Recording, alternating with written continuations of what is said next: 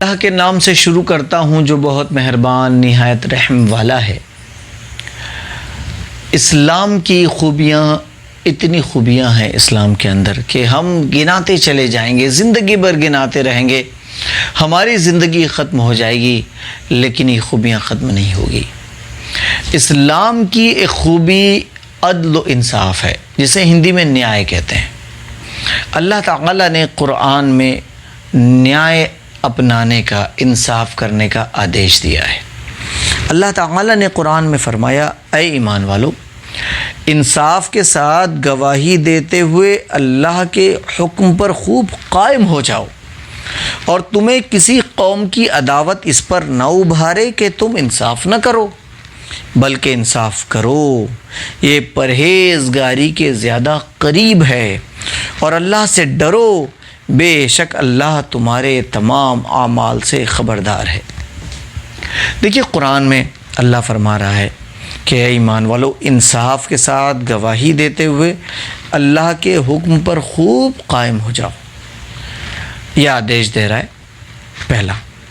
پھر منع کر رہا ہے، ناانصافی سے منع کر رہے ہیں، وَلَا يَجْرِمَنَّكُمْ شَنَآنُ قَوْمٍ عَلَىٰ أَلَّا تَعْدِلُوا، اور تمہیں کسی قوم کی عداوت اس پر نہ ابھارے کہ تم انصاف نہ کرو۔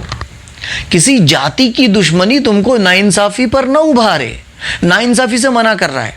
پھر آدیش دے رہا ہے، اعدلوا، انصاف کرو، نیائے کرو۔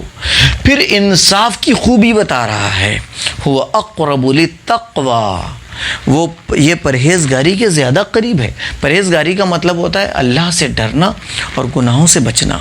پھر آگے فرما رہا ہے، اور اللہ سے ڈرو، بے شک اللہ تمہارے تمام اعمال سے خبردار ہے، یعنی بے شک اللہ کو تمہارے کاموں کی خبر ہے۔ اللہ تعالیٰ نے یہ قرآن اپنے نبی حضرت محمد صلی اللہ علیہ وسلم کے دل پر اتارا، ان کے ہردے پر اتارا۔ انہوں نے دنیا کو یہ میسیج دیا۔ آپ کے بعد خلیفہ حضرت ابو بکر صدیق بنے، اس کے بعد خلیفہ حضرت عمر فاروق بنے۔ حضرت عمر فاروق کے دور میں غسان کا راجہ مسلمان ہو گیا۔ جب حضرت عمر فاروق حج کے لیے جانے لگے تو وہ بھی قافلے کے ساتھ حج کے لیے آ گیا۔ اس دوران ایک دیہاتی مسلمان کا پیر اس کی چادر پر پڑ گیا۔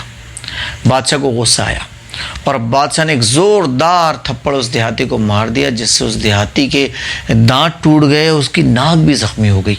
اس دیہاتی مسلمان نے حضرت عمر فاروق کے دربار میں جا کر شکایت کر دی۔ حضرت عمر فاروق نے بادشاہ کو طلب کیا، اس نے اپنے جرم کے اقرار کیا کہ ہاں میں نے اس کو تھپڑ مارا ہے۔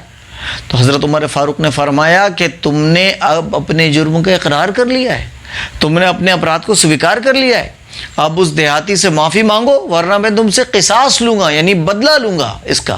یعنی جو گناہ، اس کے جیسے ہاتھ کاٹنے کے بدلے میں ہاتھ کاٹا جاتا ہے، چوری کرنے کے بدلے میں ہاتھ کاٹا جاتا ہے، ہتیا کے بدلے میں ہتھیارے کو قتل کیا جاتا ہے، اس کو بولتے ہیں قصاص، بدلہ، کہ تم اس دیہاتی سے معافی مانگو ورنہ میں تم سے قصاص لوں گا۔ تو اس راجہ نے حضرت عمر فاروق سے ایک رات کی مہلت مانگی اور وہ دوسرے دن فرار ہو گیا۔ لیکن حضرت عمر فاروق نے انصاف کے معاملے میں مثال قائم کر دی، ادھارن قائم کر دیا اور بتا دیا دنیا کو کہ انصاف کی نظر میں راجہ اور پرجا برابر ہوتے ہیں، بادشاہ اور رعایا برابر ہوتی ہے۔ اللہ تعالی ہم کو قرآن کے ان فرمانوں کو پڑھنے، سمجھنے اور سمجھانے کی توفیق عطا فرمائیں، ان پر عمل کرنے کی توفیق عطا فرمائیں۔ آمین بجاہ النبی الامین صلی اللہ علیہ وسلم۔